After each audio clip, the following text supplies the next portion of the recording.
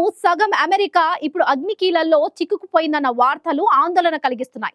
శుభమా అంటూ జనవరి 20న Donald Trump పదవి ప్రమాణ స్వీకారం చేయనున్న సమయంలో లాస్ ఏంజల్స్, కాలిఫోర్నియా లాంటి కీలక నగరాలు మంటల్లో చిక్కుకుపోవడం ప్రపంచ వ్యాప్తంగా చర్చనీయాంశంగా మారింది. ఇదేదో కావాలని చేయించిన ఉపద్రవంగా ప్రచారం మొదలైంది. ఆ విషయం ఏంటో ఇప్పుడు చూద్దాం.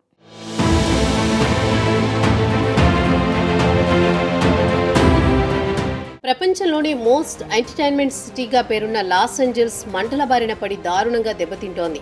దావానలం ఈ నగరాన్ని దహించి వేస్తోంది. ఇప్పటి వరకు 24 మంది సజీవ దహనమయ్యారు. మంటలు ఇంకా వ్యాప్తి చెందుతుండటంతో మృతుల సంఖ్య మరింత పెరిగే అవకాశం ఉంది. వారం రోజులుగా మంటలు చెలరేగుతూనే ఉన్నా తగ్గించే ప్రయత్నాలు ఏమాత్రం ఫలితం ఇవ్వడం లేదు. పోయిన మంగళవారం నాడు ఈ మంటలు అంటుకోగా మళ్లీ మంగళవారానికి లాస్ ఏంజల్స్ ఇంకా మండుతూనే ఉంది. అగ్ని కీలలు విచ్చలవిడిగా వ్యాపిస్తూనే ఉన్నాయి. 7వ రోజు కూడా లాస్ ఏంజల్స్ సిటీ మంటల్లో తగలబడుతూనే ఉంది. ఇప్పటి వరకు 48,500 హెక్టార్ల మేర అడవులు అగ్నికి దహించుకుపోయాయంటే దీని తీవ్రత ఏ స్థాయిలో ఉందో అర్థం చేసుకోవచ్చు.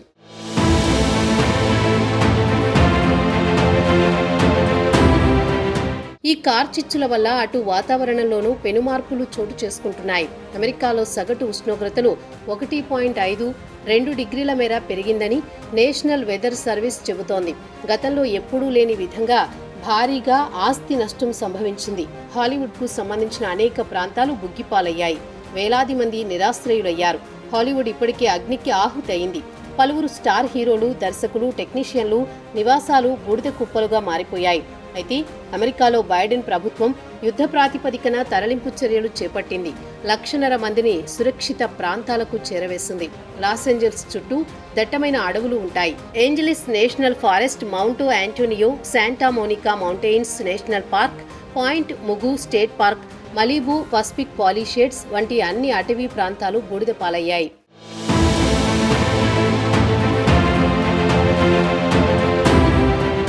కార్చిచ్చు కారణంగా ఇప్పటి వరకు 24కు పైగా మంది జనం మృతి చెందారు. 20,000కు పైగా ఇళ్లు, వ్యాపార సముదాయాలు అగ్ని కీలల్లో చిక్కుకుని బూడిద పాలయ్యాయి. సిటీ ఆఫ్ ఏంజల్స్ గా పిలిచే లాస్ ఏంజల్స్ ఇప్పుడు కార్చిచ్చుతో అందవిహీనంగా మారిపోయింది. కాలిఫోర్నియాలోని మొత్తం 6 చోట్ల దావానలం మొదలు కాగా లాస్ ఏంజల్స్ లో మొదలైన పాలిషేడ్స్ వైల్డ్ ఫైర్ విధ్వంసం సృష్టించింది. గాలివాటం కారణంగా అత్యాధునిక నిర్మాణాలు బుగ్గిపాలయ్యాయి. మంటలను అదుపు చేసేందుకు అగ్నిమాపక శాఖకు శక్తి సరిపోవడం లేదు. దీనికి తోడు లాస్ ఏంజల్స్ నగరాన్ని నీటి కొరత వేధిస్తోంది. మరోవైపు హాలీవుడ్ నటులు తమ ఇళ్లను కాపాడుకునేందుకు విచ్చలవిడిగా డబ్బులు ఖర్చు చేస్తున్నారు. రోజుకు దాదాపు మన కరెన్సీలో అయితే 40 లక్షల రూపాయల వరకు ఖర్చు చేసేందుకు రెడీ అంటున్నారు.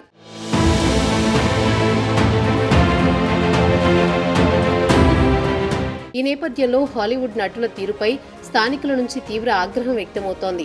నీటి కొరత ఉన్నప్పటికీ వారు విచ్చలవిడిగా వాడేస్తున్నారని, ప్రభుత్వ నిబంధనలను సైతం బేఖాతరు చేస్తున్నారంటూ విమర్శలు వ్యక్తమవుతున్నాయి.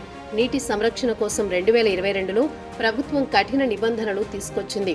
ఇంటి చుట్టూ ఉండే మొక్కలు, పచ్చికకు వారానికి 2 సార్లు మాత్రమే, అది కూడా ఒక్కోసారి 8 నిమిషాలకు మించి నీరు పట్టకూడదన్నది నిబంధనల్లో ఒకటి. ఉల్లంఘిస్తే కఠిన చర్యలు తప్పవని కూడా హెచ్చరించింది. అయితే Kim Kardashian, Sylvester Stallone, Arnold Schwarzenegger, Paris Hilton, Billy Crystal, Anthony Hopkins, Mel Gibbons వంటి నటులు నీటిని విచ్చలవిడిగా ఖర్చు చేస్తున్నారన్న ఆరోపణలున్నాయి.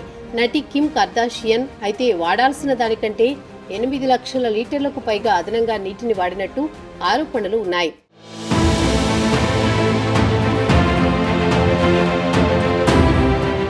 ఒకవైపు సామాన్యులు నీటి కొరతతో ఇబ్బంది పడుతుంటే సెలబ్రిటీలు మాత్రం ఇలా విచ్చలవిడిగా నీటిని వాడడంపై ఆగ్రహావేశాలు వ్యక్తమవుతున్నాయి.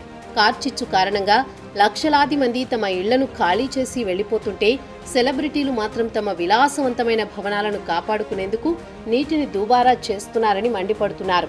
కాగా కాలిఫోర్నియాను వణికిస్తున్న పాలిసేడ్స్, ఈటన్ కార్చిచ్చుల కారణంగా నేలమట్టమయ్యాయి. పాలిసేడ్స్ కార్చిచ్చు కారణంగా 23,707 ఎకరాల్లో అడవి కనుమరుగైంది. ఈటన్ దావాలనం వల్ల 14,117 ఎకరాల్లో అడవి మాయమైంది. ఈ కార్చిచ్చులను అమెరికాలోనే అత్యంత ఘోరమైన ప్రకృతి ఉత్పాతాలుగా అభివర్ణిస్తున్నారు. లాస్ ఏంజల్స్ లో కార్చిచ్చు దొంగలు మోసగాళ్లకు ఓ వరంలా మారింది. ఏకంగా ఓ ఇంటి నుంచి ఎమ్మీ అవార్డును కూడా దోచుకున్నట్లు అధికారులు ప్రకటించారు.